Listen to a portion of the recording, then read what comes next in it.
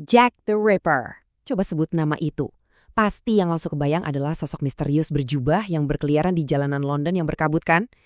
Tapi gimana kalau legenda yang kita kenal selama ini ternyata menyembunyikan kebenaran yang jauh lebih tragis dan nyata? Bahkan FBI 100 tahun setelah kejadiannya menekankan satu hal, ketelitian. Ini kayak pengingat buat kita semua ya, kalau dibalik semua mitos dan cerita horor, ada sebuah investigasi nyata yang seringkali hilang dalam kabut spekulasi. Nah, ini dia pertanyaan utamanya. Gimana kalau si pembunuh ini bukanlah hantu tanpa nama? Gimana kalau polisi sebenarnya sudah punya satu nama sejak dulu? Dalam pembahasan kali ini, kita akan mengupas petunjuk yang mengarah langsung ke tersangka utama Scotland Yard. Oke. Untuk bisa memahami sang pembunuh, kita harus masuk ke dunianya. Yuk kita kembali ke London tahun 1888 ke sebuah distrik kumuh bernama Whitechapel. Buang jauh-jauh deh bayangan soal pria misterius dengan topi tinggi dan pisau bedah. Kenyataannya, jauh lebih brutal dan jauh lebih menyedihkan.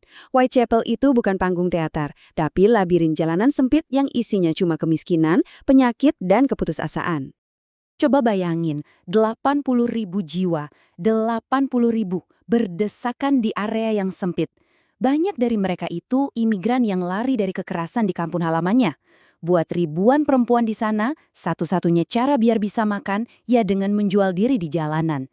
Ini adalah ladang perburuan yang sempurna bagi seorang predator. Dan di tengah kondisi yang serba rentan inilah, teror itu dimulai. Mari kita lihat para korban yang namanya terukir selamanya dalam sejarah kelam ini. Hanya dalam rentang waktu 10 minggu. Bayangin, cuma 10 minggu. Dari akhir Agustus sampai awal November, 5 perempuan dibantai dengan sangat brutal. Udah pasti seisi London panik. Koran-koran isinya cuma berita utama yang mengerikan. Dan setiap bayangan di malam hari bisa jadi adalah Jack the Ripper. Tapi ini bukan sekedar pembunuhan biasa loh. Coba deh perhatikan polanya. Kekerasannya itu makin menjadi-jadi di setiap korban. Dari yang hanya luka tusuk sampai pengambilan organ dalam dengan presisi. Ini seolah-olah nunjukin seorang pembunuh yang makin berani, makin terobsesi, dan makin tenggelam dalam fantasinya yang mengerikan. Bagi polisi, ini adalah profil psikologis yang ditulis dengan darah. Nah, di tengah semua kekacauan dan ketakutan ini, ada satu fakta yang sering banget kita lupakan. Polisi itu nggak sepenuhnya buta.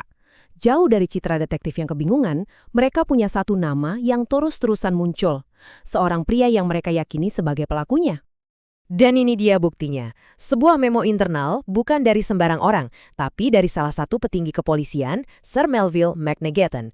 Memo ini secara gamblang nyebut nama Kosminski dan ngegambarin dia sebagai sosok dengan kebencian mendalam pada wanita dan kutip kecenderungan membunuh yang kuat. Ini bukan spekulasi tabloid ya, ini datang langsung dari dalam Scotland Yard. Terus siapa sih sebenarnya Aaron Kosminski ini?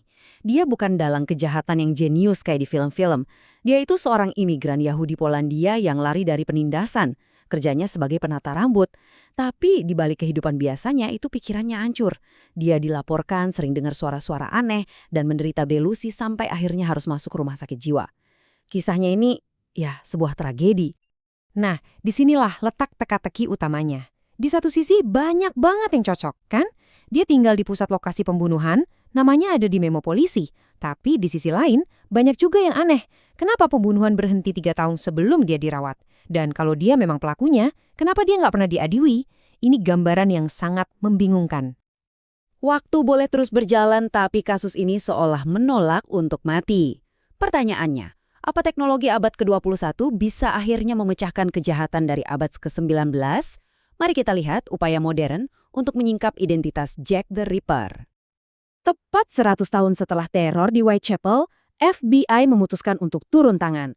Mereka buka lagi kasus ini, tapi bukan pakai bukti fisik, melainkan pakai senjata paling canggih saat itu, penyusunan profil kriminal. Dan apa hasilnya? Wah, ternyata jauh banget dari legenda. Mereka nggak ngelihat seorang ahli bedah jenius atau bangsawan yang lagi menyamar.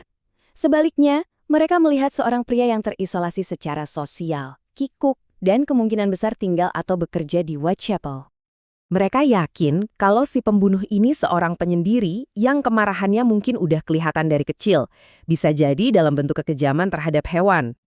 Pekerjaannya pun bukan sesuatu yang glamor. Mungkin asisten tukang daging atau petugas rumah sakit, sebuah profesi yang bikin dia bisa menyendiri dan mungkin punya pengetahuan dasar soal anatomi. Dan yang paling penting, motifnya adalah kebencian yang mendalam terhadap wanita. Gila kan? Profil ini secara menakutkan cocok banget sama apa yang kita tahu soal Erin Kosminski. Profil psikologis itu satu hal, tapi gimana dengan bukti fisik?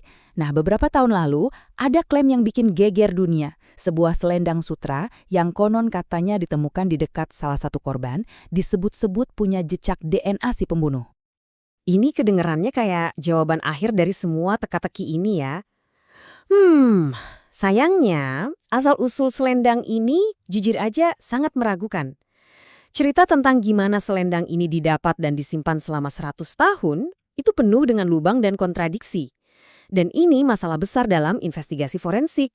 Pukulan telaknya datang dari orang yang paling jago soal ini, Profesor Alec Jeffries. Dia ini yang nemuin teknik sidik jari DNA loh. Dia sendiri yang secara terbuka mengkritik analisis itu. Dia nunjukin kalau salah satu kecocokan DNA yang heboh itu sebenarnya adalah sekuens genetik yang dimiliki oleh hampir semua orang Eropa. Jadi, bukti itu sama sekali nggak membuktikan apa-apa.